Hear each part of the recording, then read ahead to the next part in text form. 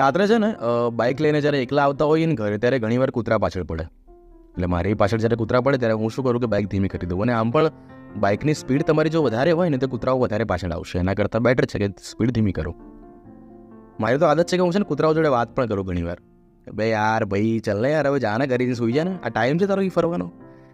તો આ રીતે કૂતરાઓ જોડે વાત કરવાની થાય. પણ આ તો જનરલી ડર દૂર કરવાની વાત થઈ કે મનમાં જ્યારે ડર હોય ને ત્યારે ડર દૂર કરવા માટે કૂતરાઓ જોડે વાત કરી લેવાની.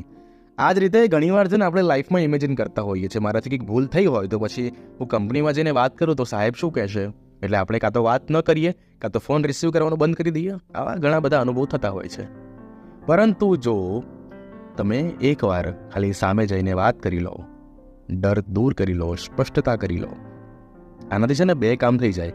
એક તો મનનો ડર પણ દૂર થઈ જાય અને મન તમારું હલકું પણ થઈ જાય, જેના કારણે મજા આવે, મનની મનમાં ના રહે.